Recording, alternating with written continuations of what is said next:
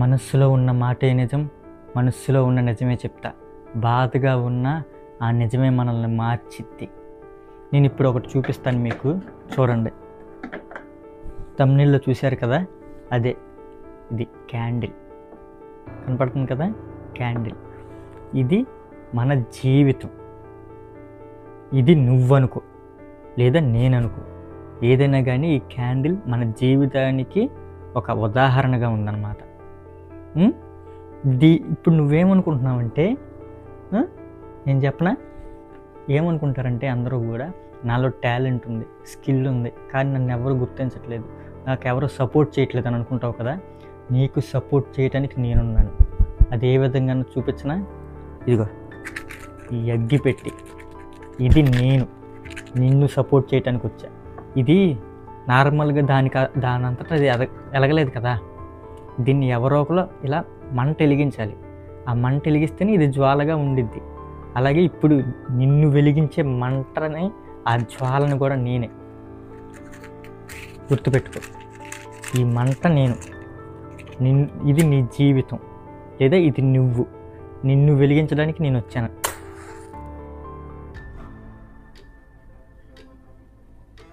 చూసావు కదా, ఇది నేను, ఇది నువ్వు. గుర్తుపెట్టుకో, అర్థమైందా? ఇప్పుడు సరే చెప్పావురా, క్యాండిల్ పట్టుకున్నావు, వెలిగించావు, నిన్ను వెలిగించడానికి నేను వచ్చాను, ఇది నువ్వు అని చెప్పి క్యాండిల్ని చూపించి చెప్పావు, ఓకే అని అంటావు కదా. ఒక్క 3 seconds ఆగు, దీన్ని నిలబెట్టి మాట్లాడతా. దీన్నే ఒక ఉదాహరణగా తీసుకో. ఏంటి వినపడుతుందా? దీన్నే, ఈ కొవ్వొత్తినే నువ్వు అనుకో లేదా నేననుకో, ఏదైనా కానీ ఒక ఉదాహరణగా ఈ కొవ్వొత్తిని తీసుకో. ఈ కొవ్వొత్తి ఇలా వెలిగితేనే దీనికి విలువ, అవునా కాదా? ఇది ఇలా వెలిగితేనే దీనికి విలువ. ఇది వెలగలేదనుకో, ఏంటిది ఇది? ఇదంతా కిందదంతా ఏంటి? మైనం. ఇది ఉట్టి మైనం ముద్ద. ఈ మైనం ముద్ద దేనికి పనిచేస్తుంది? దేనికి పనిచేయదు. దీని ప్రాసెస్, పర్పస్ కూడా ఒకటే, వెలగడం. అలాగే మనం కూడా దీనిలాగే వెలగాలి. వెలగలేదనుకో, మనం కూడా ఎందుకు పనికిరాని వాళ్ళ కింద అందరూ చూస్తారు.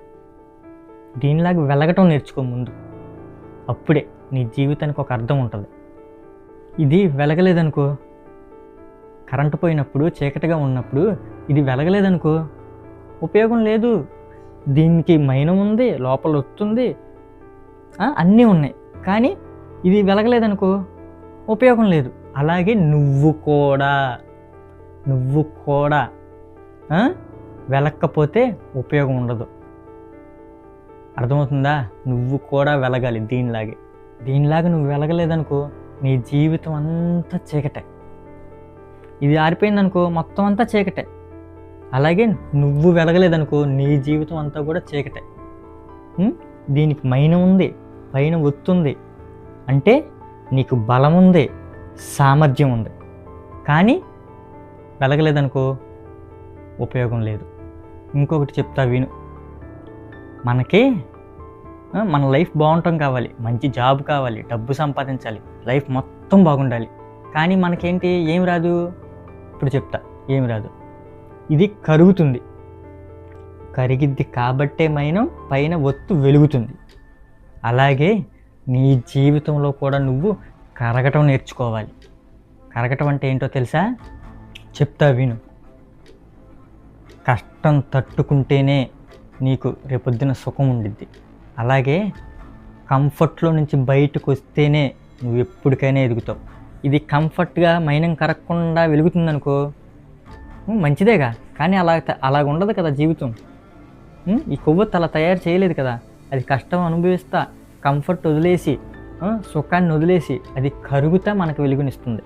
నువ్వు కూడా నీ కంఫర్ట్ని వదిలేయాలి, అప్పుడే నువ్వు ఏదైనా సాధిస్తావు. నీకు క్లారిటీ కావాలంటే ఎక్స్క్యూజెస్ ఆపేసి, నీకు డబ్బు కావాలంటే ఒక క్రమశిక్షణ నేర్చుకో. అర్థమవుతుందా? లేకపోతే రాదు డబ్బు. నువ్వు క్రమశిక్షణగా ఉండకుండా కంఫర్ట్లోనే ఉంటా, కష్టం అనుభవించను అంటే వస్తుందా డబ్బు? రాదు. ముందర క్రమశిక్షణగా ఉండటం నేర్చుకో, అప్పుడు వస్తుంది డబ్బు. నీకు గౌరవం కావాలంటే ముందు నిన్ను నువ్వు గౌరవించుకోవడం నేర్చుకో. నిన్ను నువ్వు సెల్ఫ్గా నిన్ను నువ్వు గౌరవించుకోవాలి. నిన్ను నువ్వు ఎప్పుడు తక్కువ చేసుకో మాకు. అప్పుడు నిన్ను ఎదుటి మనిషి కూడా గౌరవిస్తాడు. ఈ జ్వాల చిన్నదే కానీ చీకటిని లేకుండా చేయగలదు. మీ దగ్గర కూడా ఇదే పవర్ ఉంది. చిన్న బాధ వస్తే పారిపోకూడదు. చిన్న నిరాశ ఎదురైందనుకో వెళ్ళిపోకూడదు, వదిలేయకూడదు. చిన్న షాక్ తగిలిందనుకో దాన్ని అక్కడతో వదిలేయకూడదు. అర్థమైందా? ఈ కొవ్వొత్తి చిన్నదే, దీని చాలా చిన్నదే, కానీ దీని పని మాత్రం మర్చిపోదు. కానీ నువ్వేం మర్చిపోతున్నావు? నేను చెప్తా విను. నీకు నీ మీద నమ్మకం తగ్గింది. అది అసలైన నీలో ఉన్న అసలైన చీకటే అది. దాన్ని పోగొట్టు ముందు. అది మర్చిపోతున్నావు నువ్వు. నీ మీద నువ్వు నమ్మకం పెట్టుకో. ఏదైనా వస్తే ఎస్కేప్ అయిపోవడం ఈజీనే, కానీ రియాలిటీ హార్డ్గా ఉండిద్ది. అర్థమవుతుందా? దానికి నిలబడగలిగితేనే ఏదైనా చేయగలవు. రియాలిటీలో ఉండటం నేర్చుకో ఎప్పుడు కూడా. ఎస్కేప్ అయిపోవడానికి చూడ మాకు. ఏముంది ఎస్కేప్ అయిపోవడానికి? ఏం చేస్తావు? ఫోన్ తీసుకుంటావు, స్క్రోల్ చేస్తావు, చూస్తూ ఉంటావు. ఏ వీడియో ఉంది, ఏ వీడియో ఉంది, ఏ వీడియో ఉంది, ఏముంది, ఇది వీడియో ఉపయోగపడిద్దా, ఇది వీడియో ఉపయోగపడిద్దా, ఇది మనకు ఉపయోగపడిద్దా? ఏంటి ఉపయోగపడిద్ది? ఫోన్ని పక్కన పెట్టు. ముందు ఫోన్ని పక్కన పెట్టు. మనశ్శాంతిగా నిద్రపో ఫస్ట్. నువ్వు నిద్రపోతేనే యాక్టివ్గా ఏదైనా చేయగలవు. అర్థమైందా? ఎంతసేపు?